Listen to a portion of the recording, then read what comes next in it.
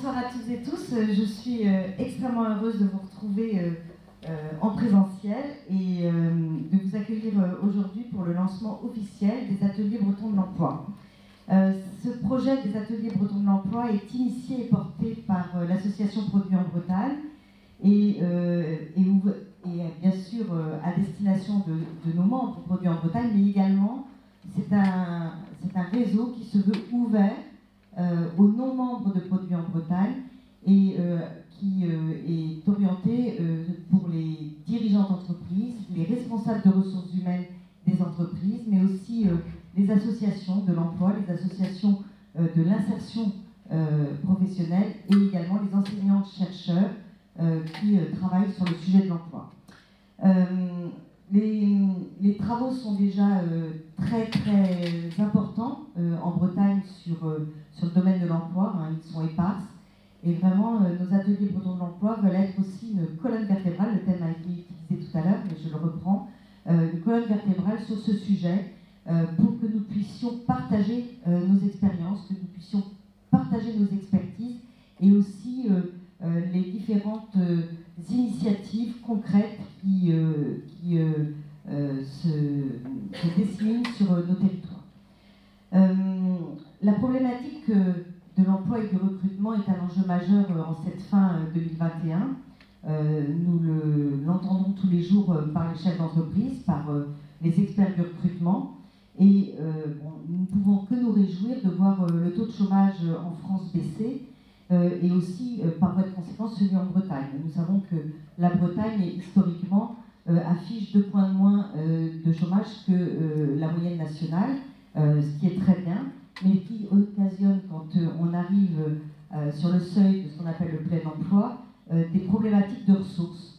Alors, on parle aussi des problèmes de ressources, des problèmes de matières premières, des problèmes de composants qui ont du mal à arriver dans nos industries. C'est très important, c'est très problématique, mais la problématique des ressources humaines, elle est encore pire, me semble-t-il. Parce que l'humain est capital, je dirais même vital pour l'entreprise, parce que sans l'humain, il n'y a pas d'évolution d'entreprise, il n'y a pas de progression de l'économie. On a vu aussi que il faut trouver des compétences, il faut faire attirer les talents, il faut fidéliser les collaborateurs dans l'entreprise, il faut aussi leur permettre de se former tout au long de leur vie. Et on voit que dans le monde qui s'accélère, notamment avec la pandémie que nous venons de traverser, le monde du travail change, il évolue. La première transformation qui saute aux yeux de tout le monde, c'est bien sûr le télétravail qui a révolutionné nos réunions, qui a révolutionné nos organisations et nos fonctionnements internes. Il y a aussi la quête de sens. La reconnaissance était un moteur important avant pour les salariés. Aujourd'hui, il y a une quête de sens, mais plus qu'une quête de sens, on s'aperçoit que les générations qui arrivent veulent que leur job ait un impact dans l'entreprise. Cet impact, bien sûr, il fait résonance avec ce qu'est la responsabilité sociale et sociétale des entreprises. Jean-Jacques en a parlé en employant le vocable RSE, qui est, je vous le rappelle, le 2e pilier stratégique de Produits en Bretagne. Et nous avons d'ailleurs une vice-présidente qui porte également ce sujet. Donc, je vais vous parler un petit peu du mode de fonctionnement des ateliers Bretons de l'Emploi. Donc, il y aura annuellement 2 conférences organisées, alors pas toujours à Rennes, hein, on va évoluer sur l'ensemble de nos 5 départements bretons. Ces conférences accueilleront un grand témoin qui sera toujours un ou une experte du domaine et qui nous permettra de prendre de la hauteur, de faire de la prospective, de s'inspirer. On voudra toujours avoir quelqu'un d'inspirant et qui nous permettra aussi de structurer nos débats qui auront lieu après sur les territoires. Donc dans chaque département, nous aurons des rencontres locales. Alors je montre tout de suite la carte de la Bretagne. Nous aurons des rencontres locales animées par des animateurs qui sont des adhérents de Produits en Bretagne, soit des dirigeants d'entreprise, soit des responsables des ressources humaines. L'occasion m'est donnée aujourd'hui d'appeler aux bonnes volontés, puisque nous manquons encore d'animateurs sur certains territoires. les binômes constitués et puis les animateurs qui sont un peu tout seuls. Donc n'hésitez pas à vous faire connaître auprès de Coralie qui sera ravie de vous expliquer qu'est-ce que l'on attend de ces rencontres locales. Les rencontres locales, je ne sais pas si je l'ai dit, mais c'est 3 ou 4 fois par an, des travaux qui sont aussi spécifiques selon les bassins d'emploi, parce que sur un même territoire qu'est la région Bretagne, on sait qu'il y a des disparités de problématiques, qu'on soit issus de la ruralité, issus des métropoles, issus du littoral, et donc il faudra aussi confronter nos idées et puis aussi les synthétiser lors des grandes conférences. Voilà, donc sachez qu'on a déjà testé les animations locales. Hein, la première a eu lieu en mode test. Elle a recueilli un véritable succès puisque on a eu à peu près 80 participants, donc sans faire de communication particulière. Donc on trouve que c'est très intéressant. D'ailleurs, j'en profite pour remercier les membres du comité de pilotage qui sont présents ce soir, qui ont travaillé à mes côtés sur l'organisation de ces ateliers bretons de l'emploi pour en faire cet outil que nous vous présentons. Voilà pour la présentation du comité de pilotage que je montre là. Alors, on a la chance d'avoir bien sûr aussi notre directeur, Malo Wassel-Dubourg, qui fait partie de ce comité de pilotage. Le temps est venu pour moi de présenter notre grand témoin de la soirée. Donc un grand merci Antoine d'être venu jusqu'à Rennes dans un emploi du temps extrêmement chargé. Donc Antoine Fouché, alors vous ne le connaissez pas, certainement pas, mais enfin peut-être pas, certainement pas. Et Antoine nous vient de Paris, mais comme tout un chacun qui a un bout de son histoire dans les territoires, Antoine a ses parents qui sont issus des régions de Bordeaux et de Tours, si je ne m'abuse. Et après de brillantes études de lettres et de philosophie et de sciences politiques, Antoine a commencé sa carrière au Sénat en tant qu'administrateur civil en charge des affaires sociales. Depuis 11 ans, il s'est consacré au sujet de l'emploi, de la formation et de la sécurisation des parcours professionnels. Ce sont des sujets qu'il a mis en œuvre aux côtés de 2 ministres, tout d'abord Xavier Bertrand, puis plus récemment Muriel Pénicaud. Mais le parcours d'Antoine est éclectique puisqu'il a aussi travaillé au MEDEF en tant que DGA, en charge des affaires sociales, puis dans une grande entreprise en tant que vice-président de Schneider Electric, portant les sujets des ressources humaines. Antoine a été aussi séduit par l'aventure internationale, hein, et notamment vers l'Allemagne. Mais Antoine a souhaité avant tout travailler et avoir un impact en France. C'est pour ça qu'il n'a gardé de notre ami d'Outre-Rhin que son épouse, avec laquelle il a un fils de 8 ans. Mais aujourd'hui et ce soir, nous recevons Antoine en sa qualité de chef d'entreprise. Hein. Il a cofondé un cabinet à Paris qui s'appelle Quintet Conseil, avec 4 ex-collègues qu'il a fréquentés dans les cabinets ministériels. Et ce cabinet travaille et se construit autour d'une partition qui compte 5 grands thèmes, donc la stratégie sociale, la raison d'être de l'entreprise, la stratégie des compétences, la relocalisation, qui est un terme cher au cœur de Produits en Bretagne, ainsi que des stratégies de communication autour de ces 4 précédents thèmes. Voilà, donc c'est un honneur pour nous et pour moi, Antoine, de vous recevoir ce soir aux ateliers Bretons de l'Emploi, qui, pour ceux qui sont présents ce soir, connaissent la Braze Marketing Academy, va fonctionner à peu près de la même façon et va bien sûr perdurer pendant plusieurs mois, j'espère plusieurs années, autour de ce sujet de l'emploi et des ressources humaines. Donc, moi, il me reste à vous souhaiter une excellente soirée. Je vais repasser la parole à Coralie, qui va nous présenter d'une façon un peu plus précise les membres du comité de pilotage qui sont présents ce soir. Merci à tous.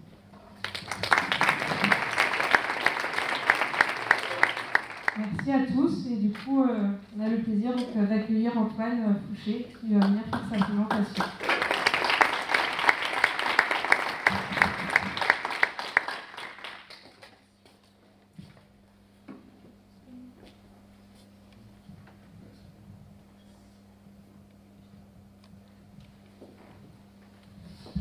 bonsoir à toutes et à tous.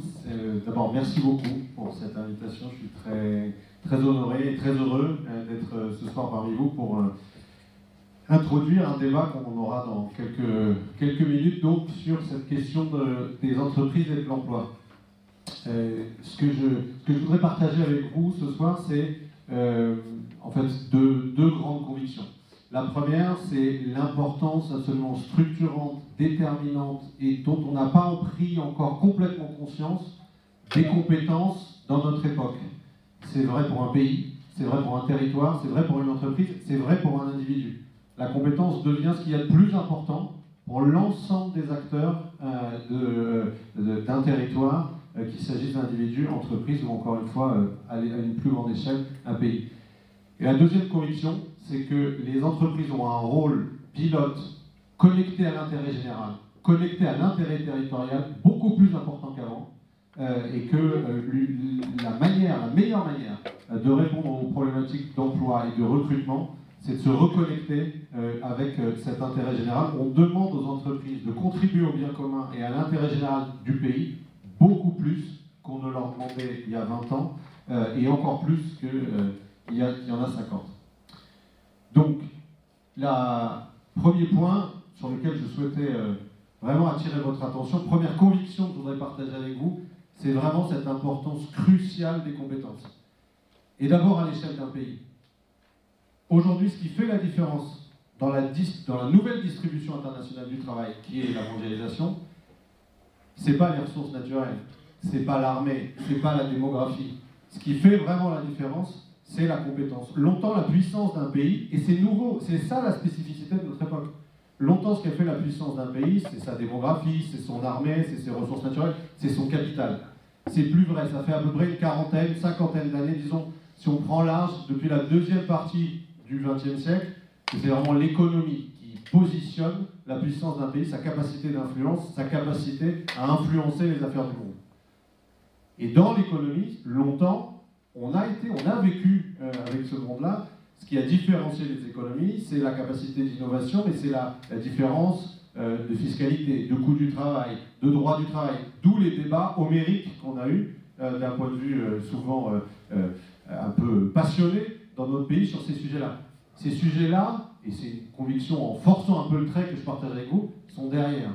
C'est pas ça qui fait la différence aujourd'hui entre les pays. Ce qui fait la différence, ce qui fait qu'un investisseur vient en France plutôt qu'en Allemagne ou qu'en Corée ou qu'au Brésil, c'est la compétence humaine qu'il va trouver sur le territoire. C'est vrai pour un pays, c'est vrai pour un territoire, et ça n'était pas vrai à ce point-là encore il y a 10 ou 20 ans.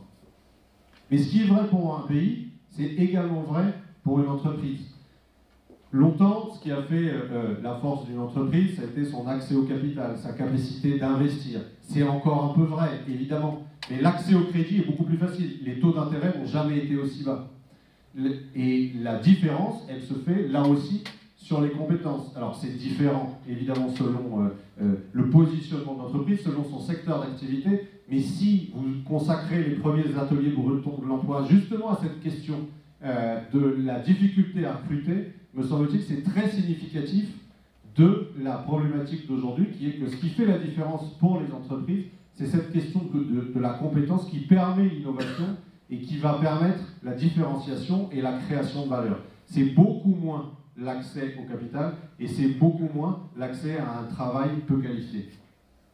Mais ce qui est vrai pour un pays, qui est vrai pour un territoire, qui est vrai pour une entreprise, et c'est ça qui fait la centralité de la compétence aujourd'hui, c'est vrai aussi à l'échelle d'un individu.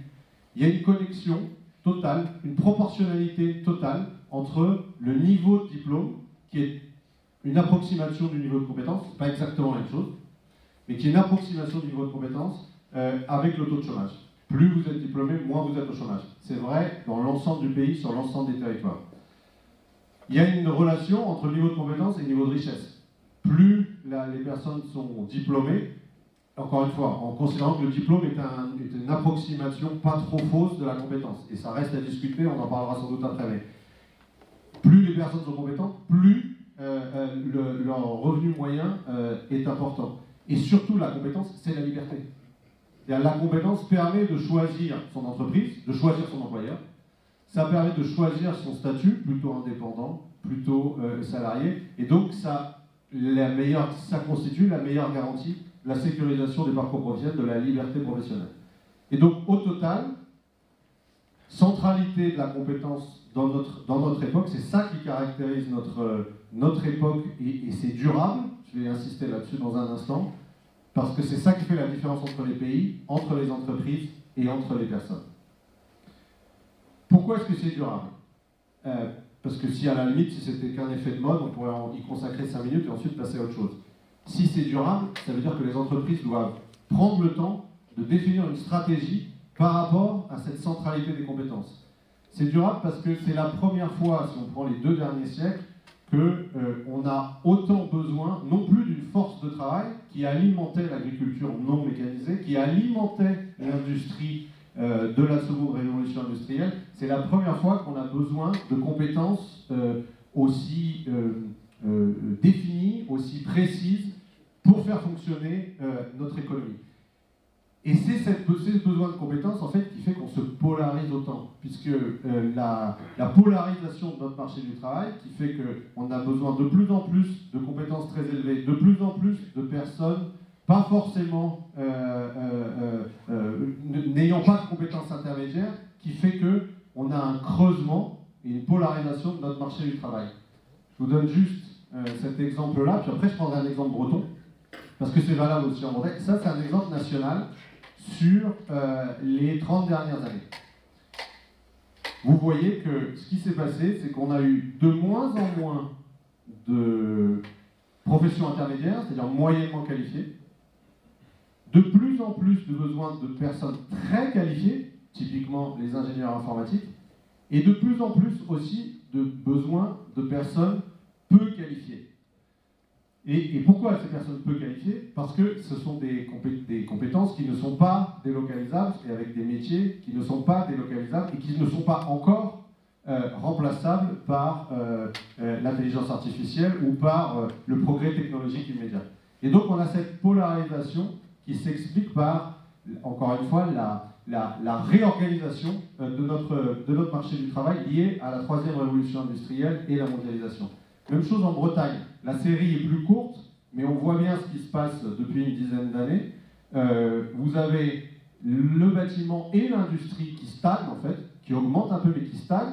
Pourquoi ? Elles sont typiquement dans ces couches de professions où ce sont il y a évidemment tous les types de qualifications, mais c'est là que se concentrent les qualifications intermédiaires, bâtiment et industrie, et on a une demande qui explose. C'est là où est la création d'emplois, dans le tertiaire marchand, et à l'intérieur du tertiaire marchand, vous avez beaucoup de professions peu qualifiées, typiquement les services à la personne, et beaucoup de professions très qualifiées dans les services aux entreprises, les services B2B, etc. Et cette polarisation-là, elle dure, elle est valable à la fois sur le marché au niveau national, et évidemment, il n'y a aucun territoire qui n'y échappe, et c'est durable. C'est la conjoncture durable, c'est-à-dire qu'il n'est pas là pour plusieurs années, mais sans doute plutôt pour plusieurs décennies, dans laquelle nous vivons. Trois autres faits importants pour caractériser notre époque et les relations entre les entreprises et l'emploi. D'abord, évidemment, la féminisation, qui a permis de répondre aux besoins de main-d'œuvre depuis une quarantaine d'années. Il y a encore un petit écart entre les femmes et les hommes, mais il n'a plus rien à voir avec ce qu'il était il y a 40 ans. La question de la précarisation de l'emploi, ça c'est très intéressant parce qu'on en fait beaucoup sur la précarisation de l'emploi en disant, notamment le chiffre qui revient tout le temps, c'est le fait qu'il y a plus de 80%, 86% exactement, des embauches qui se font en contrat court. Oui, certes, mais c'est le flux qui tourne, c'est-à-dire que ce sont toujours les mêmes personnes qui enchaînent les contrats courts, mais quand on prend la photo et quand on prend 10 salariés en France pour savoir et qu'on regarde s'ils sont en CDI ou en CDD, 86% sont en CDI. Et il y a 30 ans, c'était 93%. Donc oui, ça baisse. Oui, il y a une forme de précarisation, parce que 86, c'est moins que 93, mais il n'y a absolument pas de vague de précarisation qui affecte l'ensemble du salarié français. Ça, c'est un mythe absolu que les chiffres permettent de démentir. En revanche, ce qui est vrai, c'est que comme ce sont toujours les mêmes qui enchaînent les CDD, notamment les moins de 30 ans, les jeunes, 49% des CDD en France sont signés par les moins de 30 ans, évidemment pour eux, comme ça se concentre sur une classe générationnelle, évidemment, c'est ressenti avec des effets politiques visibles. Dernière caractéristique, mais évidemment qui découle de ce que j'ai dit avant, dans un marché du travail où le niveau de compétence est de plus en plus important, avec cette polarisation entre les très qualifiés et les peu qualifiés, ceux qui ne sont absolument pas qualifiés, c'est-à-dire qui n'ont absolument aucun diplôme, ils ont beaucoup moins de chance, voire plus aucune chance, dans notre marché du travail qui est beaucoup plus violent, cruel, dur qu'il y a 30 ans. Un chiffre que je vous donne ici, il y avait une chance sur deux quand on n'avait aucun diplôme, au début des années 80, il y avait quand même une chance sur deux de trouver un job. Aujourd'hui, vous avez à peine une chance sur 5. Et c'est durable, hein. C'est sur des séries qui ont été prises sur 10 ans, pas sur 1 an, sur 10 ans. Donc quand vous n'avez pas de diplôme dans notre monde, sur 10 ans, vous avez une chance sur 5 de trouver un job. Donc c'est très, très évidemment discriminant. La question de la compétence, elle est, comme j'ai essayé, elle est là pour durer, parce que c'est ça qui fait la force de la France dans la mondialisation, ou sa faiblesse, d'ailleurs, on pourra en parler dans la discussion. C'est ça qui fait la force d'un territoire, c'est ça qui fait la force d'une entreprise, et c'est ça qui crée la liberté individuelle, et la première liberté qui est d'avoir un job. Mais en même temps, ce qu'il y a de très aussi caractéristique de notre rapport à la compétence dans notre époque, c'est que on a une forme d'injonction paradoxale par rapport à cette question de la compétence. D'un côté, on a besoin d'être toujours plus généraliste. Pourquoi ? Parce qu'avec l'accélération des mutations liées à la digitalisation, à la transformation énergétique, à la mondialisation, personne ne sait, ni moi, ni vous, ni personne dans la salle, quels seront les besoins en compétences de la France dans 10 ans. Et donc, quand on ne sait pas anticiper l'avenir, la meilleure sécurité, c'est la compétence généraliste, ce qui fait que l'ensemble des programmes de formation tend à donner cette priorité afin d'anticiper le mieux possible l'évolution des compétences. La plus grande garantie, quand on ne sait pas où on va, c'est d'avoir des compétences qui sont le plus possible adaptables à l'ensemble, à tous les scénarios qui peuvent arriver et qu'on ne connaît pas. Et en même temps, ce qui est paradoxal, évidemment, c'est qu'on a de plus en plus besoin de spécialistes, parce que l'attention et le développement du business B2C et l'attention aux sur-mesures pour le consommateur fait qu'on a de plus en plus besoin de gens qui sont capables de faire la différence sur des compétences spécialistes.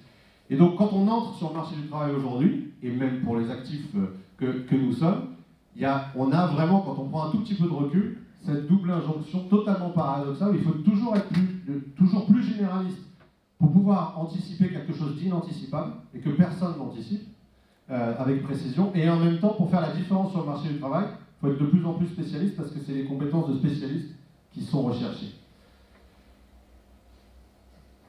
Et il n'y a pas de raison, la bonne ou la mauvaise nouvelle, je ne sais pas, c'est qu'il n'y a pas de raison que ça s'arrête là, puisque cette incertitude sur les compétences de demain, je pense que personne ne dira le contraire, elle est de plus en plus forte chaque année.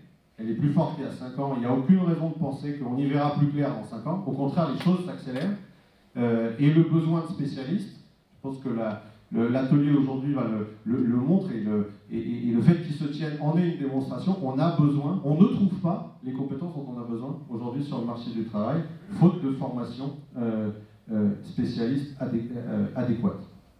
Alors du coup, une fois qu'on a posé ce diagnostic de la centralité de la compétence, de l'injonction paradoxale qui est celle qui est faite aux individus par rapport à cette compétence, quels sont les défis pour les entreprises? Alors je vous proposerai quelques orientations à partager.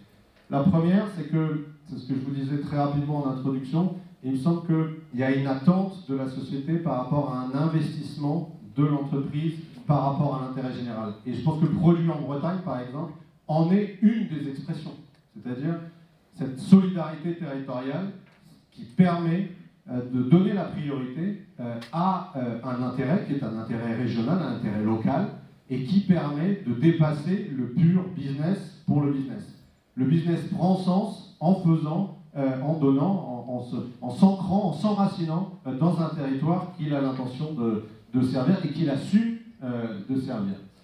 Et ça aussi, c'est durable parce que ce qu'on observe de plus en plus dans toutes les enquêtes d'opinion, et Marie-Laure le disait en introduction, c'est que le besoin de sens se rapatrie sur l'entreprise au fur et à mesure qu'on croit moins dans la capacité du monde politique à transformer la société. Et au fur et à mesure que la méfiance, justifiée ou injustifiée, c'est pas mon sujet là, mais au fur et à mesure que la méfiance vis-à-vis du monde politique monte, cette attente de capacité et d'impact sur la société se transfère sur l'entreprise. D'où le fait qu'on a, dernière enquête IFOP, dans un livre qui s'appelle La fracture, récemment, on voit que 71% des jeunes de moins de 30 ans considèrent que le premier critère pour choisir une boîte, c'est son impact sur la société. Et me semble-t-il, ça ne va pas être qu'une question générationnelle, c'est plus une question d'époque, et c'est encore plus vrai post-Covid, où chacun a eu un peu le temps de prendre du recul par rapport au sens de son travail et de se dire, bon, en fait, quand je vais y retourner, à quoi sert mon job? Et cette question-là, elle est beaucoup plus prégnante chez les jeunes, mais me semble-t-il, c'est encore plus une question d'époque qu'une question générationnelle. Et là aussi, c'est fait pour s'installer durablement, en tout cas au moins autant que la méfiance ou la suspicion vis-à-vis de la capacité du monde politique à prendre en charge le destin commun s'est installée.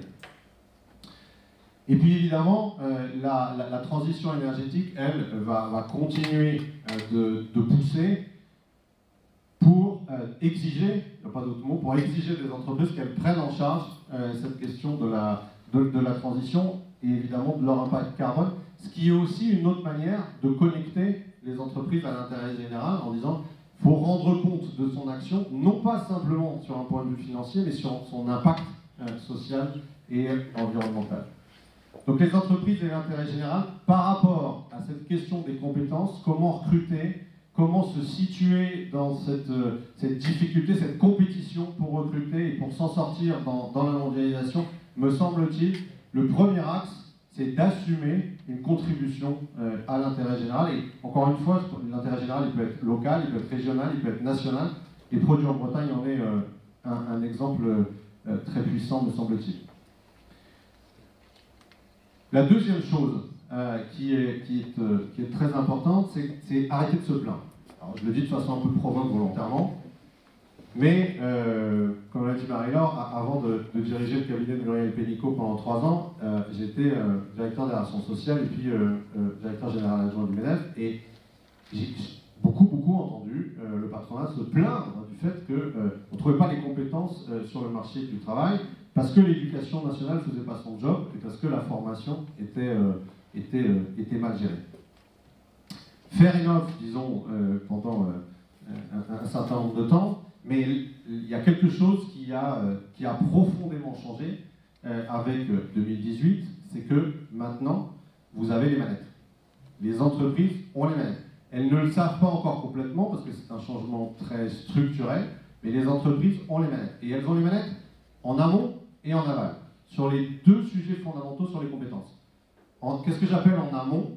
C'est sur la définition du contenu des diplômes et des titres professionnels. Longtemps, c'est vrai, c'était très difficile d'influencer le contenu d'un diplôme d'État, justement parce que c'est un diplôme d'État, et donc il était fait d'abord par les ministères, et au premier chef desquels, le ministère de l'Éducation nationale, et à l'intérieur du ministère de l'Éducation nationale, les inspecteurs d'académie. Les branches, les secteurs professionnels ont toujours été consultés, mais ils avaient un strapontin. Ce qui change avec 2018, c'est qu'ils, s'ils veulent, ils tiennent la plume. Et donc, si le contenu du diplôme ne correspond plus aux compétences dont les entreprises ont besoin, c'est pas contre le ministère qu'il faut râler, c'est contre la branche professionnelle qui n'a pas pris la compétence. Ou alors, c'est contre, je dis un peu provoque, hein, mais le fond est vraiment celui-là d'un point de vue du droit et maintenant de la sociologie. Ce qui change, c'est que sur le référentiel de compétences et d'activité, c'est-à-dire l'activité à laquelle un diplôme doit préparer et les compétences qu'il faut avoir pour exercer cette activité, ce sont les professionnels, et quand je dis les professionnels de façon précise, les représentants des branches, patronat et syndicats, qui tiennent la plume. Et donc si, encore une fois, si ça ne correspond plus, là, il y a un sujet qui est à l'intérieur du monde patronal lui-même, mais qui n'est plus au sein de l'État. En aval, donc ça c'était l'amour. Évidemment, ça va prendre du temps, parce qu'écrire un diplôme, c'est hyper compliqué. Et comme je vous le disais tout à l'heure, évidemment, personne, ni vous ni moi, ne sait parfaitement anticiper les besoins en compétences dans les années qui viennent. Et quand vous écrivez un diplôme, vous n'allez pas vous amuser à la réécrire tous les ans. Et donc vous devez quand même anticiper et savoir à peu près ce que seront les besoins en compétences dans 5 ans. Et donc là, on se confronte à la réalité quand on fait ça. Il faut s'équiper, il faut recourir à des experts sur ces sujets. C'est pas nous, donc je suis rien en train de vendre. On ne sait pas faire ça. Mais donc, ça, vous avez besoin d'investir ce sujet pour pouvoir, le mieux possible, avoir une jeunesse qui sort avec des compétences qui correspondent aux besoins des entreprises. Et encore une fois, maintenant, c'est vous qui avez la main. Ça, c'est l'amour. L'aval. L'aval, c'est tout simplement la formation elle-même. Jusqu'à très récemment aussi, la formation, elle était quasi monopolisée, on va dire comme ça, de façon un peu trop simple, par, disons, la sphère publique. Il y a quelque chose qui a changé de façon, là aussi, structurelle, c'est que l'apprentissage est devenu une compétence qui a été déléguée, on va dire comme ça, à la société. C'est-à-dire que vous n'avez plus aucune autorisation, comme entreprise, comme organisme de formation, à demander à personne, ni à l'Éducation nationale, ni à la région, pour monter un CFA. Et donc, si vous avez des problèmes de recrutement, ça a été évoqué par l'un des intervenants juste avant, qui accompagne les entreprises qui souhaitent monter des CFA, faites des CFA, montez des CFA, si vous avez des besoins de recrutement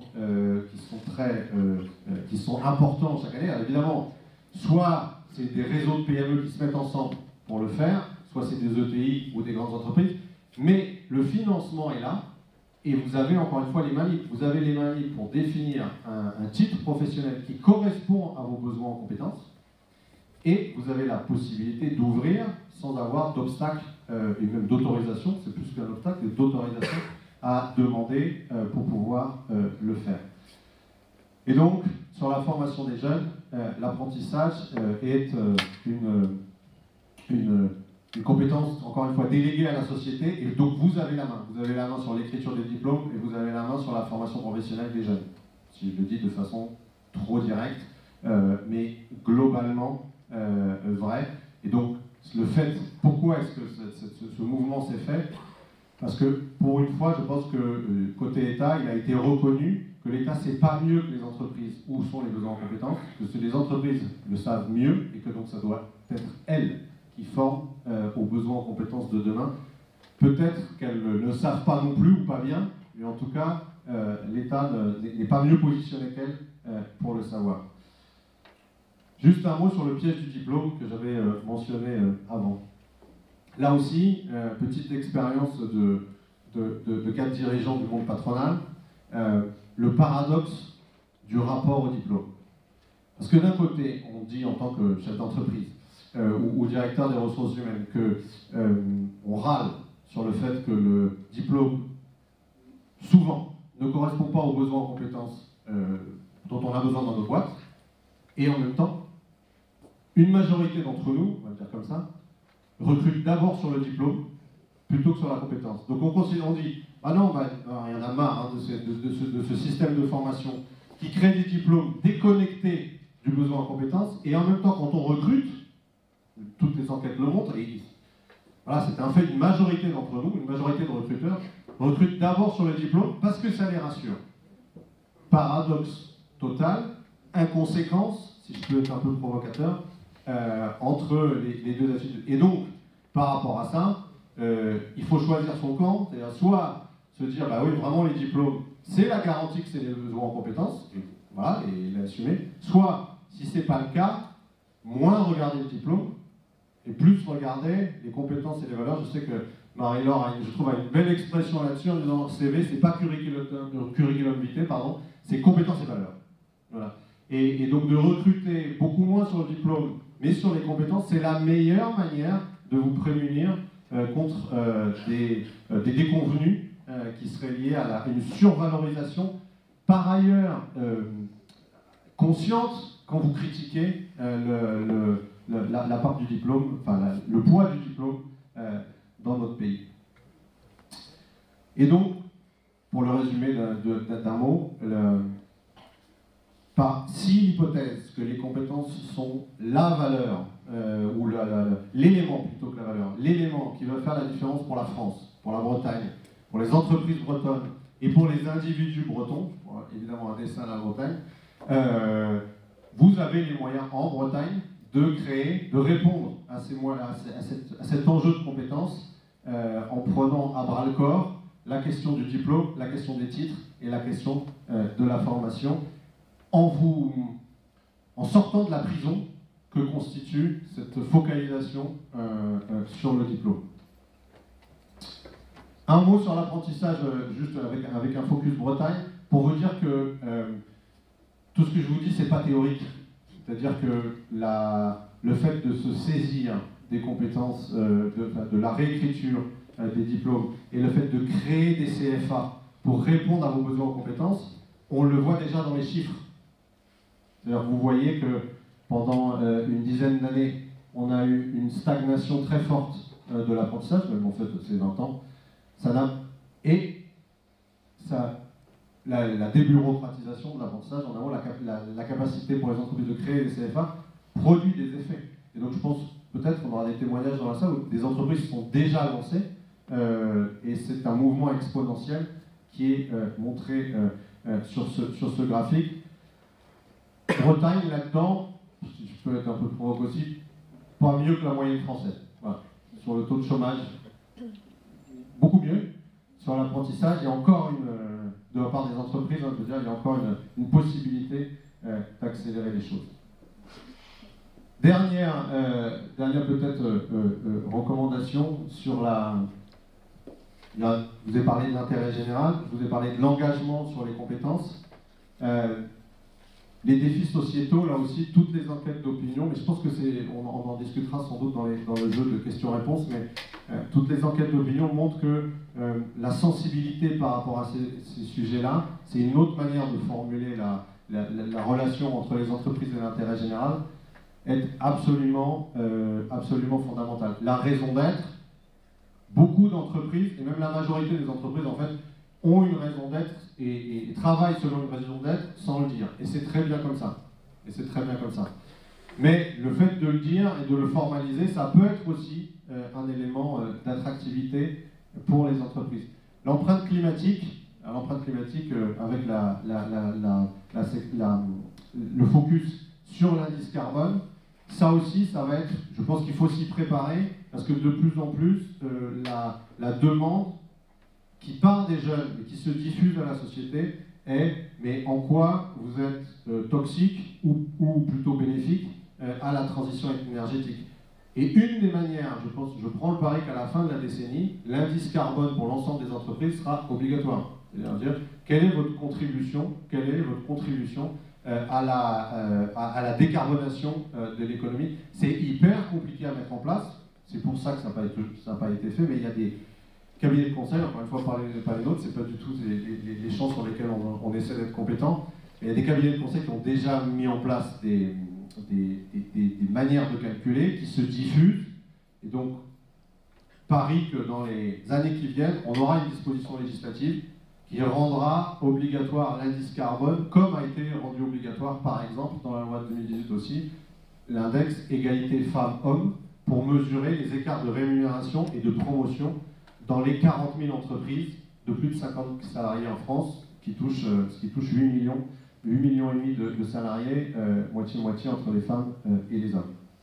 Donc là aussi, par rapport à cette question de recrutement, l'empreinte carbone, l'investissement sur la transition énergétique, c'est pas une mode et c'est pas du temps perdu pour les années qui viennent.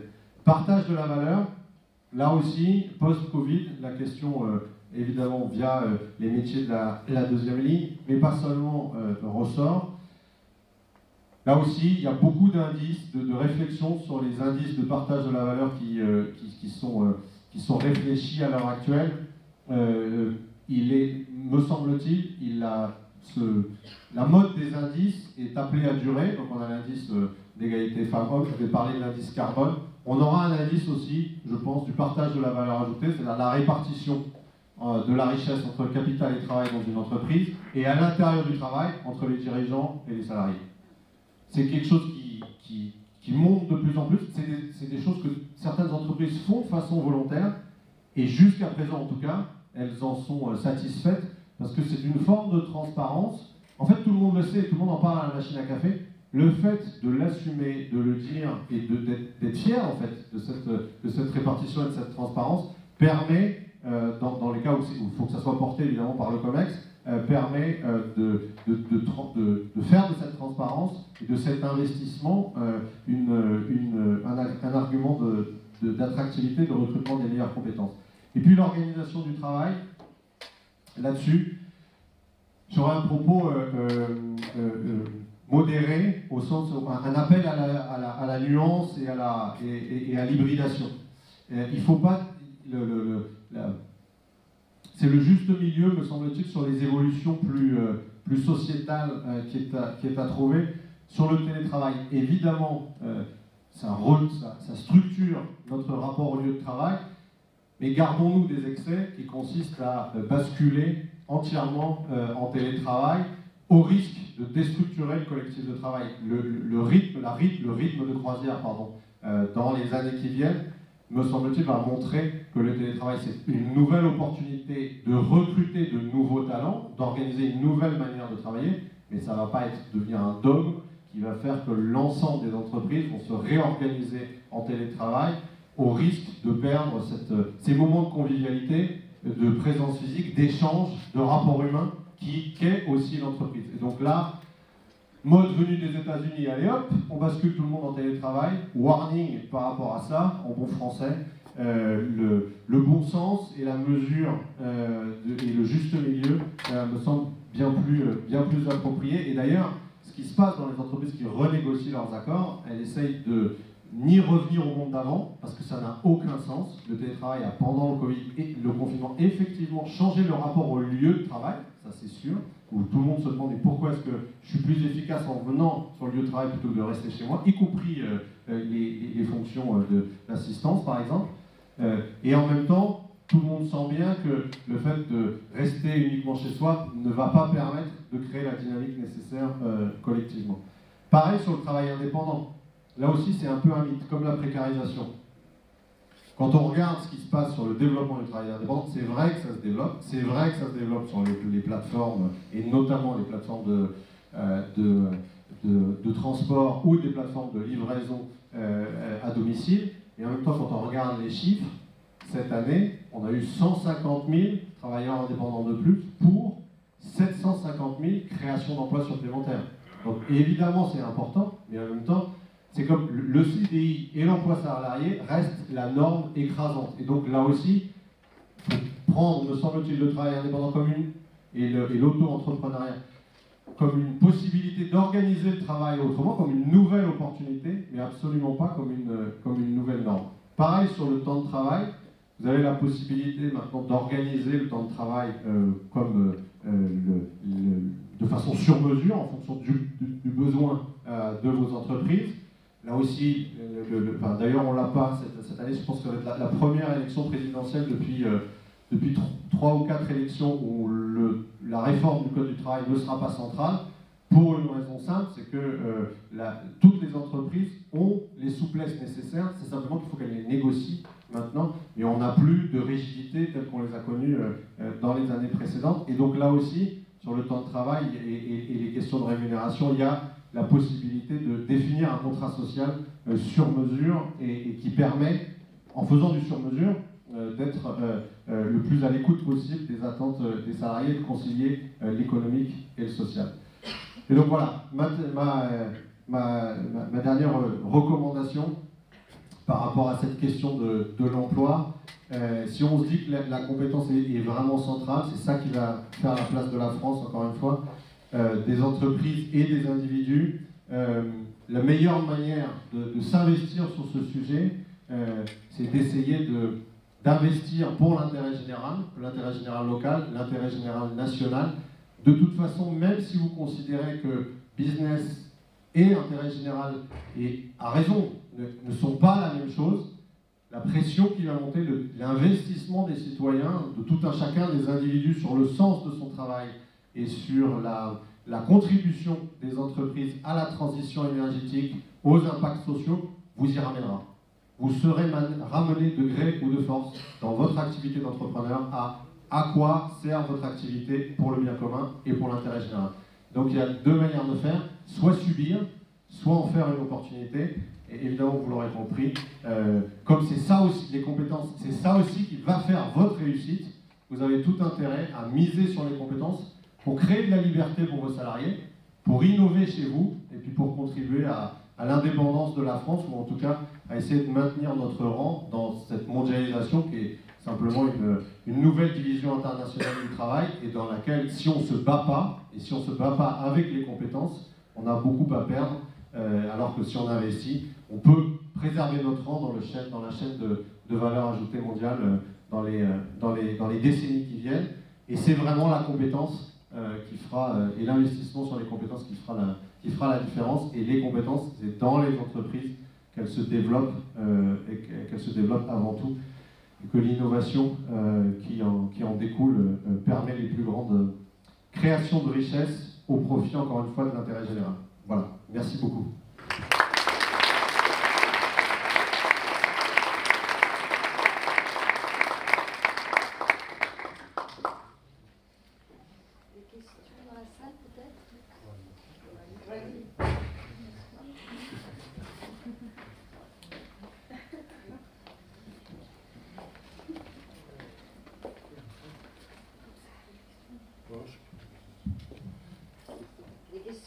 Des questions. Toujours la première qui est la plus dure. Donc on passe tout de suite à la question. Sinon je peux parler. Il y a un micro filaire. Il y a un filaire. Ah bah ça, voilà.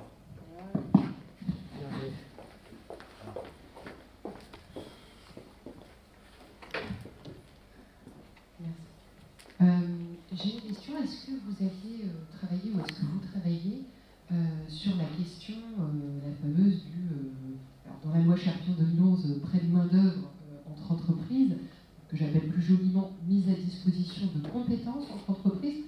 Là, on parle de solidarité. En fait, moi, je suis assez frappée sur le fait que ce dispositif ne fonctionne pas plus, pas mieux.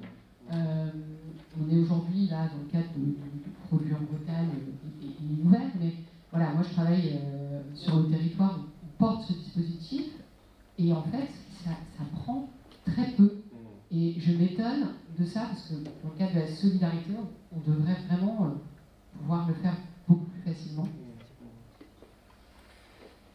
J'ai pas de réponse à votre question au sens où je n'arrive pas non plus à comprendre pourquoi ça décolle pas, parce que c'est maintenant, me semble-t-il, et sous votre contrôle de praticienne sur ce sujet-là, sécurisé juridiquement, pas trop compliqué, et sans coût excessif pour les entreprises. Donc il y a plusieurs possibilités. Soit c'est pas assez connu, ce qui est possible comme dispositif.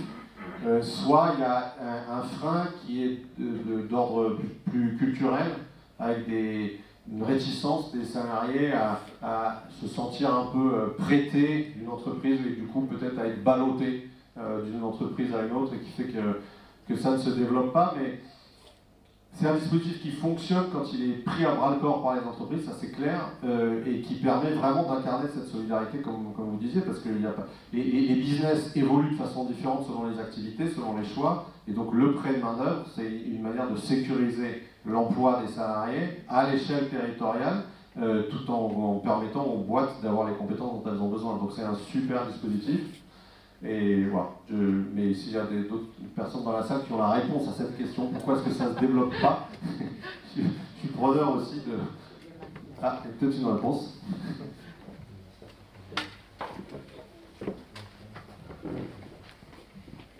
Bonjour, alors pas une réponse, un élément de réponse. Je travaille pour l'agroalimentaire en Bretagne et durant le Covid, on a mis en place une expérimentation dans le Finistère Sud avec 14 entreprises pour justement, et notamment les partenaires sociaux aussi, pour expérimenter ce prêt de main-d'œuvre. Alors on l'a imaginé avant le Covid, et puis le Covid nous a fait sauter le pas du prêt de main-d'œuvre. Ce qu'on peut en retirer, c'est que le moteur du prêt de main-d'œuvre, il ne vient pas des entreprises, il vient des salariés. Et que si en amont, on n'a pas mis le doigt sur le moteur du salarié pour aller dire, voilà, tu vas aller dans l'entreprise B parce que tu vas pouvoir acquérir tel type de compétences, qui va pouvoir sécuriser ton parcours professionnel, ce que l'on a fait, ça a fonctionné sur 6-8 salariés pendant quelques semaines. Mais c'est tout. Et les salariés l'ont fait dans un contexte un peu particulier, bien évidemment. Une chocolaterie qui était fermée, et puis, je peux le citer, le groupe ENAF, donc l'entreprise ENAF, qui a accueilli des personnes qui travaillent dans cette chocolaterie. Et ces salariés l'ont fait pour faire plaisir à leur patron. Voilà. Donc ils l'ont fait aussi dans un contexte où ils pouvaient aussi rester chez eux et avoir le chômage partiel.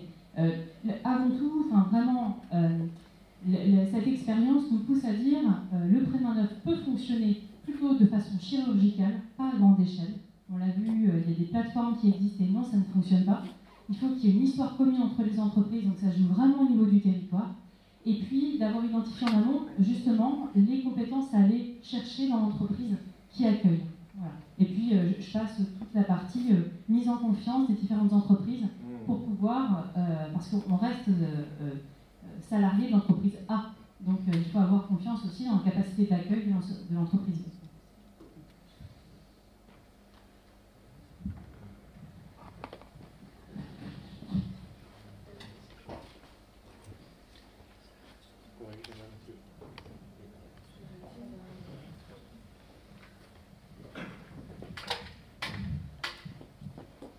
Géraldine Chapelle, directrice du groupement employeur Adéliance. Donc je rebondis juste sur ce qui vient d'être dit, sur le moteur en fait des salariés, sur le temps partagé. Donc ça touche la mise à disposition de salariés entre plusieurs entreprises, et c'est important de savoir en effet qu'est-ce qui motive un salarié pour aller travailler dans plusieurs entreprises, notamment la polyvalence, l'anti-routine, mais certains sont réceptifs et d'autres restent sur une forme, je ne vais pas dire classique, mais en tout cas moins parcellaire. Donc c'est important d'identifier ces moteurs-là en effet.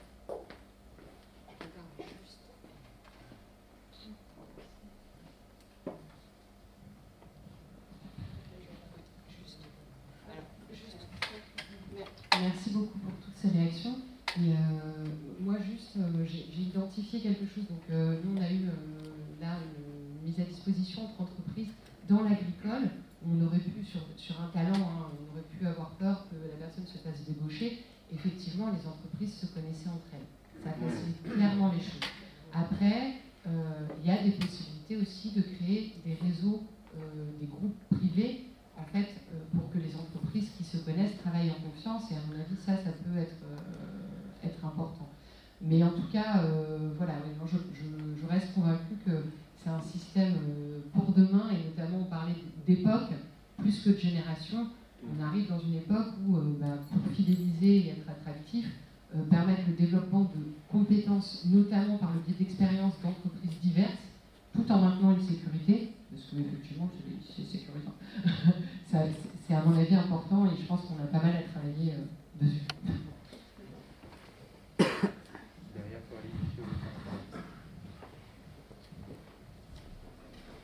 Oui, j'avais une question par rapport à votre expérience au niveau du monde politique, du gouvernement. Est-ce qu'au niveau international, il y a des pays qui ont des idées un peu innovantes aussi, qui fonctionnent bien et qui pourraient potentiellement fonctionner en France et dans les régions, parce que je pense que tous dans la salle, on a tous des secteurs d'activité, ça a été dit, il y a des solutions micro qui peuvent bien fonctionner. Je suis aujourd'hui dans le secteur de l'hôtellerie et la restauration au niveau national. Je suis très surpris, mais c'est la réalité aussi de voir que nous recrutons énormément de personnes qui viennent de l'étranger sur des postes qui ne sont pas pris par des personnes en France. Alors le sujet de l'immigration, c'est complètement dans l'actualité, et on a des gens motivés qui veulent travailler, qui sont là, qui répondent aux besoins depuis des années.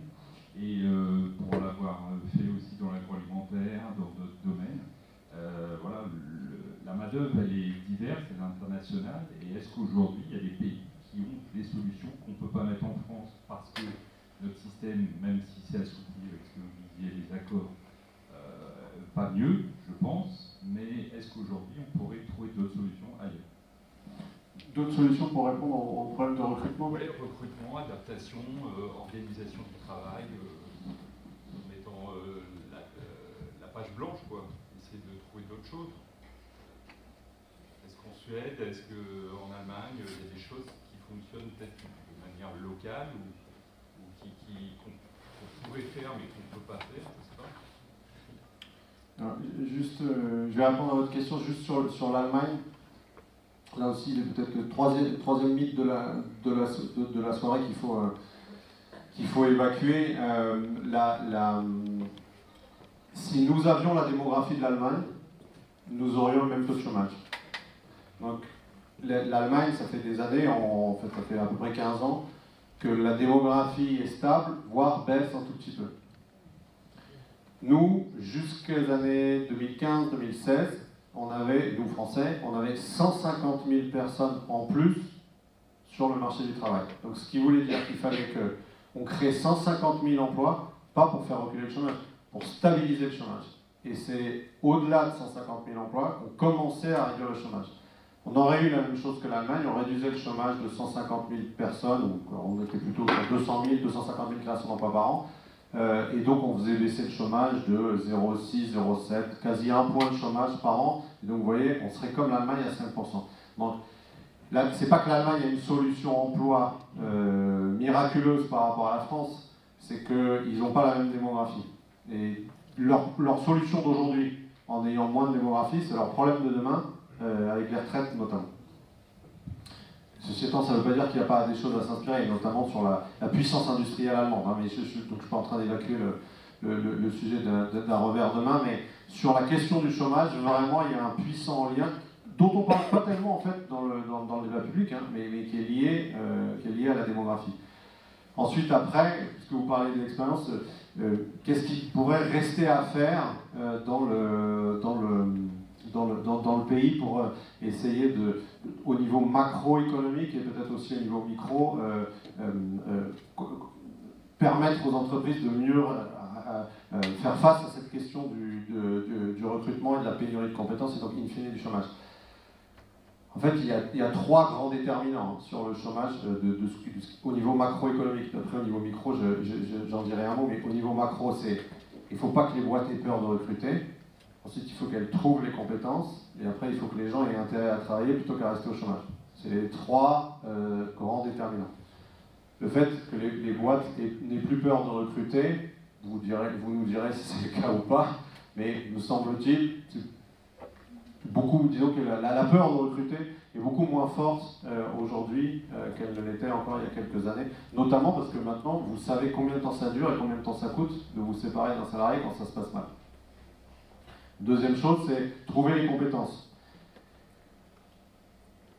Ce n'est pas encore complètement le cas, la preuve, sinon on n'aurait pas cette discussion.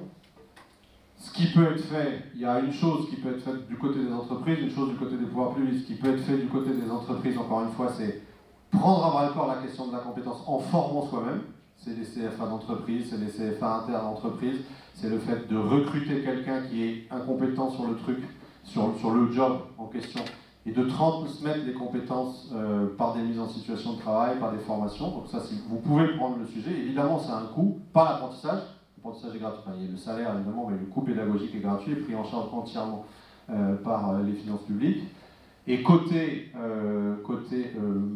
pouvoir public, on peut encore progresser sur la formation des demandeurs d'emploi, ça c'est clair, en identifiant mieux les besoins en compétences des entreprises et surtout en ayant un système beaucoup plus réactif.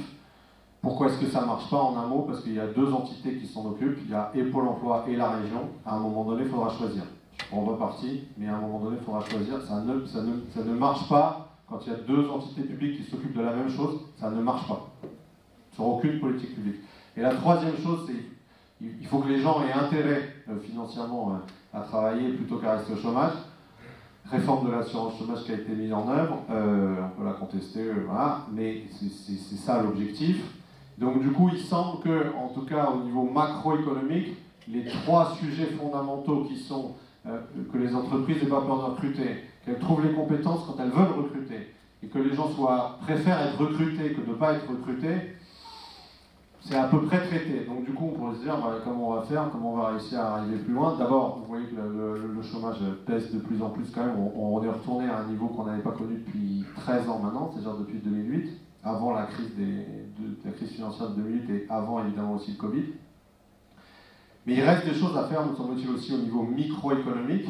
Et là, moi, vraiment, ma reco, en dehors de l'engagement sur les compétences et d'investir le sujet des compétences, c'est vraiment de se faire une obligation, et presque même une violence, de tester les personnes sur leur motivation, plus que sur leur diplôme, et sur ce que vous pouvez percevoir des compétences qu'elles peuvent avoir. Moi, quand vous avez, comme un territoire comme le vôtre, où vous commencez à avoir des pénuries de main-d'œuvre et en même temps pas de réserve de main-d'œuvre, il y a la solution de l'immigration, qui en sera toujours une, qui en a toujours été une, et qui en sera toujours une, quoi qu'on dise, parce qu'il y a une circulation des personnes auxquelles la fermeture des frontières ne pourra jamais répondre d'une manière ou d'une autre. Mais en dehors du recours à l'immigration, le fait de sortir, c'est un peu théorique ce que je dis, j'en ai bien conscience, mais je ne vois pas au niveau entreprise quel est votre autre levier que quand vous n'avez plus personne qui a les compétences sur le papier qui correspondent à ce dont vous avez besoin, qu'est-ce que vous pouvez faire d'autre que de donner sa chance à quelqu'un qui semble hyper motivé et qui ne présente pas les caractéristiques a priori dont vous avez besoin. Et ça, pour le coup, le fait de tester la motivation, il y a des personnes qui peuvent le faire pour vous et dont c'est le métier et qui, voilà, après il faut voir, mais qui peuvent très bien le faire.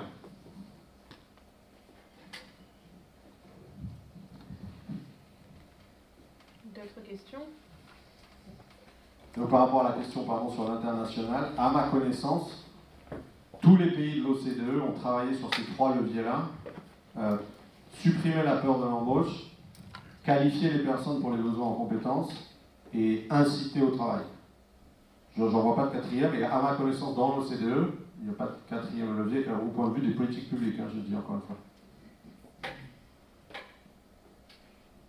Bonjour, tout d'abord, merci pour votre intervention parce que c'était vraiment hyper inspirant et je pense que ça lance parfaitement ces ateliers parce que ça nous met en perspective les chantiers sur lesquels on va devoir travailler. Moi, je suis l'un des associés de Forstaff, qui est un cabinet de recrutement, et j'avais une question, mais vous venez d'y répondre partiellement, une question d'ordre sémantique sur la compétence, parce que c'est un mot que vous avez énormément évoqué. Au début de votre intervention, j'avais l'impression que vous le preniez plutôt comme un synonyme de qualification. Ensuite, plutôt dans la deuxième partie, j'ai vu que en fait, c'était plus large que ça et que vous y incluiez les savoirs, les savoir-faire, ce qu'on appelle les hard skills. Là, à l'instant, vous venez d'y rajouter les motivations, donc à chaque fois, voilà, le signe des deux mains. Et donc peut-être, voilà, ma question c'était d'avoir vraiment votre définition de la compétence, et peut-être avant de vous laisser répondre, vous donner la mienne. En fait, je pense que la compétence, c'est ce qui fait que quelqu'un va réussir dans un poste. Donc effectivement, il y a les hard skills, et ça c'est assez binaire. La personne a ou n'a pas, ou on estime on va pouvoir la faire monter en compétence. Effectivement, la motivation. Et puis, et surtout, pour moi, les fameux soft skills, les prédispositions, les traits de personnalité, et tout ça dans un contexte donné. Voilà, c'était juste pour recentrer un peu le débat sur la notion de la compétence et puis l'ouvrir vers les traits de personnalité. Merci. Bon, redoutable question. Donc La compétence, c'est, enfin, dans la définition du petit Robert, hein, la capacité à réaliser une tâche qui vous est donnée. Et une fois qu'on a dit ça, on a déplacé la difficulté de la compréhension des choses. Et donc, je vais essayer d'y répondre de façon plus précise. Mais ce qui fait, c'est vraiment ça, la compétence. C'est-à-dire qu'on vous donne quelque chose à faire, vous êtes en situation de le faire. Mais là où ça se corse, évidemment, c'est qu'il y a de multiples manières d'y arriver. Et là où ça devient encore plus flou, c'est que, et c'est ça qui a changé, me semble-t-il, dans notre époque par rapport aux précédentes, c'est que pour réaliser les tâches qui nous sont demandées sur le marché du travail, pour trouver notre place sur le marché du travail, il faut en savoir toujours plus, et l'exigence de savoir nécessaire pour pouvoir trouver un job sur le marché du travail est toujours plus importante. Mais, et c'est d'où le paradoxe que j'ai essayé de souligner tout à l'heure, donc ça c'est ce qui nous permet, ce qui justifie, me semble-t-il, de parler d'une montée en compétences générale des économies et des personnes, notamment dans l'OCDE, et c'est ça qui va faire la différence, parce que plus c'est complexe en général, plus il y a une valeur ajoutée derrière, et c'est ça qui permet à une entreprise, à un pays de se positionner en haut de la chaîne de valeur ajoutée, là où il y en a le plus, et de ne pas être cantonné à être dans une position d'exécutant, mais plutôt être dans une position d'innovation. Et encore une fois, c'est vrai aussi bien pour un pays que pour une entreprise. Mais ce qui est hyper dur, je trouve, c'est que là, je suis en train d'assimiler en fait compétences et qualifications, comme vous disiez. C'est que quand on fait cette assimilation-là, et votre question met le doigt sur le sujet difficile, c'est que en fait, on passe à côté de toute une réalité de la compétence prise au sens de la capacité de réaliser une tâche, et qui ne vient pas de ce qu'on a déjà appris, mais qui vient du fait que, comme on trouve du sens à son travail, on apprend très très vite ce qu'il faut savoir pour réaliser la tâche. Et c'est là où il y a ça ne se recouvre pas, mais il y a une forme de recouvrement partiel ou de connexion très très forte entre la compétence et la motivation. On pourrait dire, non mais quelqu'un de très motivé, s'il ne sait absolument pas faire le job, il n'y arrivera jamais. Vrai. Mais dans le temps, quelqu'un de très motivé, il apprendra et il fera mieux que celui qui a appris à l'école à faire, mais qui en fait ne trouve pas de sens dans ce qu'il fait. Et donc c'est là où quand on parle de compétences, on peut avoir le sentiment que je vais prendre une autre métaphore, il faut raisonner en film et pas en photo. Quand vous raisonnez en photo sur les compétences, vous prenez un truc, c'est le CV, hop, c'est la photo, et puis vous essayez de faire une adéquation entre la photo du job et la photo du diplôme. Si vous faites ça, vous plantez. Ce qu'il faut faire, pardon, on va être direct comme ça, mais ce qu'il faut, ce qui dans le temps garantit plus une durabilité de votre recrutement, c'est la capacité, et c'est super dur à faire, mais à saisir quelle est la motivation et quel est le sens que la personne que vous avez en face de vous donne au job que vous lui proposez. Et si vous sentez une appétence, comme on dit, mais on parlerait plus simplement d'envie, tout simplement, d'envie de venir soit travailler pour votre entreprise, soit sur ce type de job, me semble-t-il, vous avez beaucoup plus de garanties, c'est jamais 100% garanti, mais vous avez beaucoup plus de chances de trouver quelqu'un auquel vous allez pouvoir transmettre le savoir-faire technique et qui va devenir compétent. Donc pour répondre à votre question, avec cette réponse beaucoup trop longue, la compétence, c'est la capacité à réaliser une tâche donnée, mais cette capacité-là, elle peut naître de quelque chose qui, a priori, ne qualifiait pas du tout la personne pour pouvoir y répondre. C'est beaucoup plus clair, hein?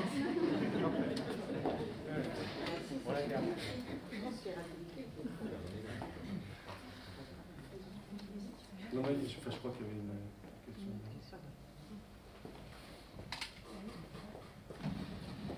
Oui, merci pour votre intervention. Moi, j'avais une question, parce qu'on a parlé des soft skills, des hard skills, c'est déjà bien établi. Et à vous entendre, est-ce que les sociétés auraient intérêt, ou toute organisation, à se monter leur propre charte de compétences qui est basé à la fois sur le besoin intrinsèque de l'entreprise et également sur les compétences métiers, mais pas telles qu'on les voit dans des profils. Aujourd'hui, on recrute sur des profils. Est-ce que la charte métier est bien là au cœur de l'entreprise dans le recrutement? Comme vous dites, le métier, ça peut être la compétence technique, ça peut être la compétence d'une intelligence émotionnelle. Qu'est-ce que je recherche pour une personne qui va faire de l'accueil, qui n'est pas dans le CV? Comment on peut monter tout ça? Comment on peut y réfléchir? Voilà, je laisse la porte ouverte. Merci beaucoup. Juste un mot peut-être sur hard skills, pardon, soft skills. Je trouve que très souvent, ça recoupe quand même ce que j'essayais de dire tout à l'heure entre compétences spécialisées et compétences, c'est pas exactement la même chose, et compétences générales, mais là où je trouve que ça a tendance de plus en plus à se recouper, c'est que de plus en plus les entreprises insistent sur les soft skills en disant quelqu'un de motivé, quelqu'un qui a un savoir-être, qui sait s'adapter, qui sait travailler en collectif, etc. On va réussir à lui transmettre la compétence, il va réussir à s'intégrer, etc. C'est une autre manière, même si c'est pas exactement la même chose, je suis d'accord, mais ça recoupe quand même pas majoritairement, mais pour une bonne partie, ce que j'appelais les compétences générales, c'est-à-dire la capacité à s'adapter à une situation qui naît de l'expérience ou du savoir ou du savoir. Donc il y a cette demande de plus en plus importante, me semble-t-il, de soft skills, ça recoupe cette demande de compétences générales, et en même temps, on veut tout, comme employeur, comme chef d'entreprise, et on veut quand même des gens qui soient très pointus sur ce qu'on va leur demander de faire, et donc des hard skills très développés. Est-ce que ça passe par une charte? Je pense que là-dessus, ce que j'ai pu voir depuis quelques années, là où ça marche le mieux quand il y a ce type de charte-là, c'est des chartes qui affichent deux choses. La première, c'est le sens du travail dans l'entreprise. Voilà, donc ça c'est peut-être un peu bateau, mais ça ne marche que si c'est vrai. C'est-à-dire que là, pour le coup, sur la raison d'être et le sens du travail, soit c'est vécu par les salariés, et ça vaut le coup d'insister dessus, soit c'est que de la com, et c'est contre-productif. Voilà. Donc il vaut mieux ne pas avoir une raison d'être qu'une raison d'être de com. Vraiment. Parce que là, pour le coup, c'est les blagues à la machine à café avec comment toi... quand est-ce que toi tu t'en vas? Parce qu'il n'y a rien de plus insupportable que de mentir sur le sens du travail au quotidien des personnes. Mais donc, du coup, la deuxième chose qui, me semble-t-il, de ce que j'ai pu voir des chartes d'entreprise sur les métiers, c'est des chartes qui viennent sur le sens, mais aussi les parcours. C'est-à-dire comment est-ce qu'à l'intérieur d'une boîte, une boîte, alors le problème c'est que ça marche que dans certaines tailles, ETI ou grands groupes, mais comment est-ce que vous rentrez sur un métier et la boîte, mais il faut avoir encore une fois un certain volume, vous permet de faire d'autres métiers et d'évoluer professionnellement. D'évoluer en revenus, bon, ça c'est assez classique, mais d'évoluer en compétences et d'évoluer en capacité de découverte d'autres univers que celui qui était le vôtre, soit la com, soit les RH, soit la finance, soit, ça c'est pour les fonctions support, et sur les fonctions techniques, passer d'une fonction technique à une autre. Et les chartes qui disent, voilà, venez chez nous pour faire un autre métier que celui pour lequel on vous recrute, ça marche assez bien. Parce que du coup, en fait, vous avez le sentiment de ne pas venir vous enfermer dans un job, mais de venir rentrer dans un parcours avec une entreprise qui prend soin de votre... prend soin, ouais, un peu prétentieux, mais enfin, qui fait attention à votre évolution professionnelle, et c'est pas du bullshit. Et ça, là-dessus, avec les réseaux sociaux, vous pouvez plus bullshiter, parce que les salariés se parlent entre eux, se disent la vérité, et donc... voilà, encore une fois, il vaut mieux rien dire que de raconter des cracks sur des sujets qui touchent au sens du travail pour les personnes et au sens de leur vie professionnelle.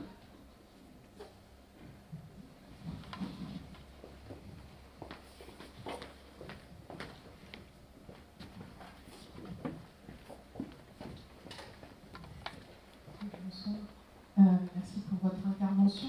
J'avais envie de vous entendre sur une question autour de la mobilité et le logement. Aujourd'hui, c'est un des freins importants aussi pour l'emploi. On nous dit aujourd'hui, en tant qu'entreprise, achetez des bâtiments. On en est là aujourd'hui. Donc j'avais envie d'avoir votre vision sur, on essaie de mettre aussi du covoiturage, des choses comme ça, mais il n'y a rien de percutant aujourd'hui. Est-ce que vous pouvez nous donner un éclairage sur votre vision du sujet? Merci. D'autres questions? C'est une question vraiment redoutable, mais c'est vrai que quand j'étais au ministère du Travail, on s'est évidemment heurté à cette question-là, parce que là, pour le coup, pour reprendre la question de monsieur tout à l'heure du benchmark entre les pays, ce dont on se rend compte, c'est que la France, nous sommes, nous Français, par rapport aux autres pays, notamment par rapport aux Américains, beaucoup plus sédentaires. C'est-à-dire qu'on change beaucoup moins de régions, on change beaucoup moins d'endroits, on a beaucoup plus de résistance à changer que notamment les Américains, mais c'est vrai aussi par rapport aux Allemands, même si c'est moins flagrant, ou aux Britanniques. Et donc on s'est dit, comment est-ce qu'on va pouvoir créer cette mobilité, parce que peut-être qu'on va se heurter à un niveau de chômage, à un plancher de chômage qu'on ne peut résoudre qu'avec de la mobilité. La première difficulté, c'est celle que je viens d'évoquer, c'est la question culturelle.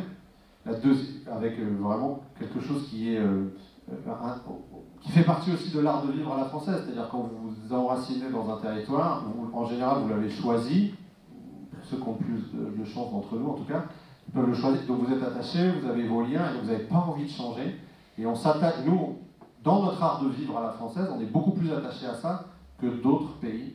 Et donc, là, je pointe ce sujet parce que ça veut dire qu'il ne faut pas non plus aussi du côté des entreprises se mettre martel en tête quand vous vous heurtez à des obstacles culturels. C'est très périlleux de vouloir essayer de les abattre parce qu'ils viennent de beaucoup plus loin dans l'histoire que vous, donc ils seront beaucoup plus forts. Ceci étant, ça ne veut pas dire qu'il faut renoncer, hein, mais je dis, il faut vraiment avoir quand même ça en tête. La deuxième chose qu'on a vu aussi, c'est que on est plus un pays propriétaire que les autres, et donc la mobilité, c'est beaucoup plus compliqué de changer quand vous êtes propriétaire que quand vous êtes locataire, et on a aussi un droit hérité de la propriété qui est plus complexe. Bon, maintenant qu'on a posé et l'obstacle juridique et l'obstacle culturel, sur les mobilités, les politiques de mobilité dans les entreprises qu'on a pu examiner, que moi je peux voir, il me semble-t-il, ce qui marche le moins mal, j'aurais pas la prétention de dire que ça marche bien, ouais.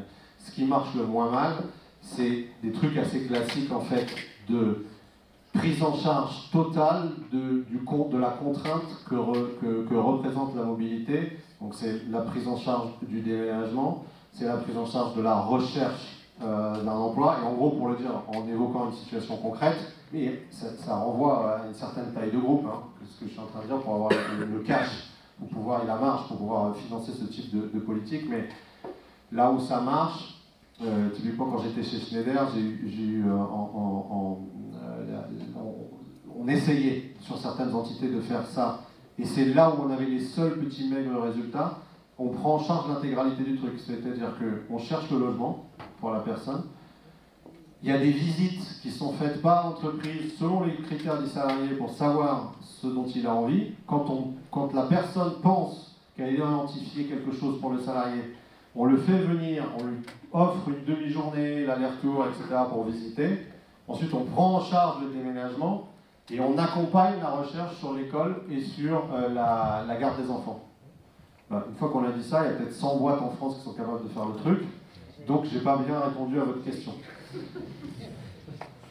Mais malheureusement, je ne suis pas sûr d'avoir d'autres réponses que celle-là, parce que je vais aussi, pour essayer de compléter, vous dire les trucs qui ne marchent pas, ce que j'ai vu sur lesquels on a mis beaucoup d'énergie mais qui ne marchent pas.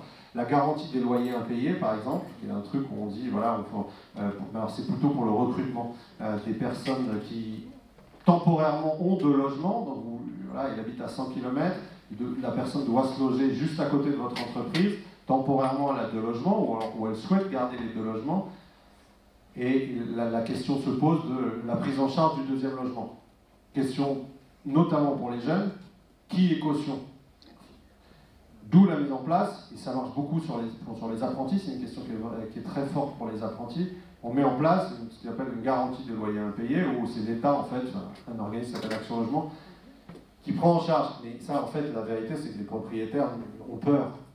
Quand ils voient une personne arriver avec une garantie d'Action Logement, ils y vont simplement en dernier recours. Donc le truc ne décolle pas. En fait, donc c'est mieux que rien, mais c'est pas une solution qui marche. Et après, covoiturage, oui, ça se développe de plus en plus. Ce qui est difficile, je trouve, on a une expérience aussi là-dessus, c'est que les entreprises peuvent inciter à faire du covoiturage, mais si on prend la plus grande plateforme de covoiturage qui est Blablacar, en fait, ils vont avoir beaucoup plus de services sur Blablacar que ce que vous pouvez faire avec votre entreprise. Ils vont trouver beaucoup plus de personnes. Voilà, parce que ce n'est pas forcément simplement des salariés de l'entreprise qui vont pouvoir faire du covoiturage, ça peut être des salariés du même bassin d'emploi. Et donc, à part inciter ou, encore une fois, mettre des incitations financières au covoiturage, je ne suis pas sûr qu'il y ait de solution miracle là-dessus. Je suis désolé pour ma réponse frustrante. Une dernière question, peut-être ?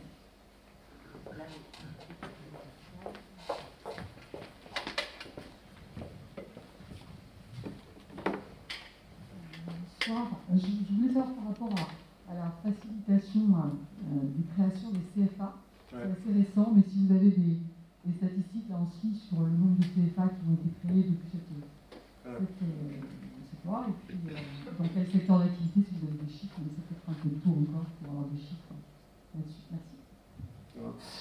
C'est une question qui me va droit au cœur. Non, parce que la réforme de l'apprentissage a été une des réformes les plus difficiles et en même temps les plus structurantes sur le long terme, je pense, pour notre pays, qui est en train de rattraper son retard par rapport à l'Allemagne. Je donne juste les chiffres que je vous ai montrés tout à l'heure. Ça faisait 20 ans, en gros, qu'on avait à peu près toujours le même nombre d'apprentis chaque année, environ 300 000 entrées. Ça progressait lentement de 1% par an à peine.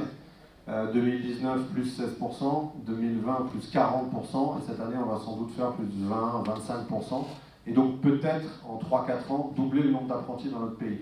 Donc ça prouve que, alors on disait, ouais, la France réticente à l'apprentissage, etc. Vrai, mais n'empêche qu'on peut quand même faire des réformes profondément transformantes et qui fonctionnent. Alors pour répondre à votre question, il y avait en 2018 987 CFA dans notre pays, et il y en a aujourd'hui 2000, d'après le dernier comptage qui était de septembre, 2564. Donc on a multiplié par, et ce qui va avec le fait qu'il y a beaucoup plus d'apprentis, on a multiplié en 2 ans et demi le nombre de CFA par 2, et le nombre d'apprentis, ça je vous ai répondu, et sur j'ai l'impression que j'ai oublié quelque chose, non ? Oui, par secteur d'activité, ça s'est fait beaucoup dans les services et dans le tertiaire, ce qui est un peu la même chose. Mais ce qui va aussi, alors on va dire, c'est un petit peu embêtant, parce que ça ne revalorise pas suffisamment les métiers industriels et de construction. Oui, mais évidemment, comme c'est la société, c'est-à-dire les organismes de formation, les entreprises qui sont à l'initiative de la création des nouveaux CFA, elles créent des CFA là où il y a des besoins. Et c'est ce que je vous montrais tout à l'heure sur la slide sur les créations d'emplois en Bretagne, mais la courbe nationale, elle est à peu près pareille. C'est dans le tertiaire qu'on crée de l'emploi.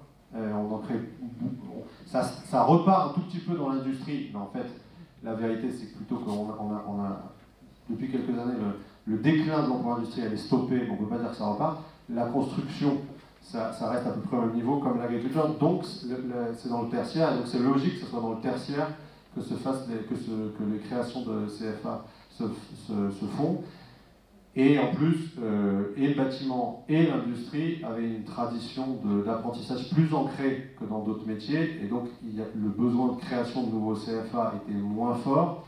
Ceci étant, ce qu'on observe aussi dans l'industrie et le bâtiment, c'est qu'il y a plus d'apprentis parce qu'il n'y a plus d'autorisation à demander pour créer de nouvelles sections quand votre CFA est déjà ouvert. Et ce qu'on voit aussi, ce qui est vraiment intéressant, c'est que ça redémarre aussi dans l'agriculture.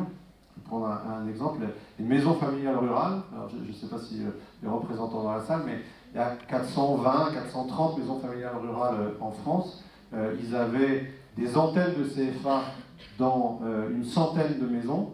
Là, en 2 ans, hein, ils ont des antennes de CFA dans plus de 200 maisons. Voilà, donc ils ont, et c'est sur les métiers agricoles. Alors c'est des tout petits trucs, hein, c'est 5, 10 personnes, 10 jeunes, pardon, qui sont formés, mais il n'empêche que ça essaime un peu partout sur le territoire et ça participe notamment aux zones rurales de l'aménagement du territoire parce qu'on trouve moins loin des centres de formation. Et ça, encore une fois, j'insiste sur ce point-là, ça n'est possible que s'il y a une forme de délégation, de prise en charge de l'intérêt général à la société, en disant on ne s'en sortira pas avec cette posture des pouvoirs publics, qui soit l'État, la région, le département ou la commune, peu importe, de cette posture qui considère que l'intérêt général est le monopole de la personne publique, et donc voilà, c'est là qu'on va, et voilà les directives à appliquer. Ça ne peut pas marcher comme ça. Encore une fois, ce n'est pas une question de centralisation ou décentralisation, c'est une question de posture des pouvoirs publics, qu'ils soient centralisés ou décentralisés. La seule manière de y arriver, me semble-t-il, c'est d'associer la société civile en assumant qu'elle est co-responsable de l'intérêt général. Et donc, l'éducation, ce n'est pas seulement les pouvoirs publics, c'est aussi les boîtes. Et donc, si c'est aussi les boîtes, il faut leur donner tous les moyens de former sans avoir des bâtons dans les roues bureaucratiques pour former les jeunes. Et me semble-t-il, la réforme à l'apprentissage montre que sur ce sujet-là, en tout cas, ça peut marcher. Et donc il y a une énergie de la société civile pour l'intérêt général. Je pense qu'on peut applaudir un peu.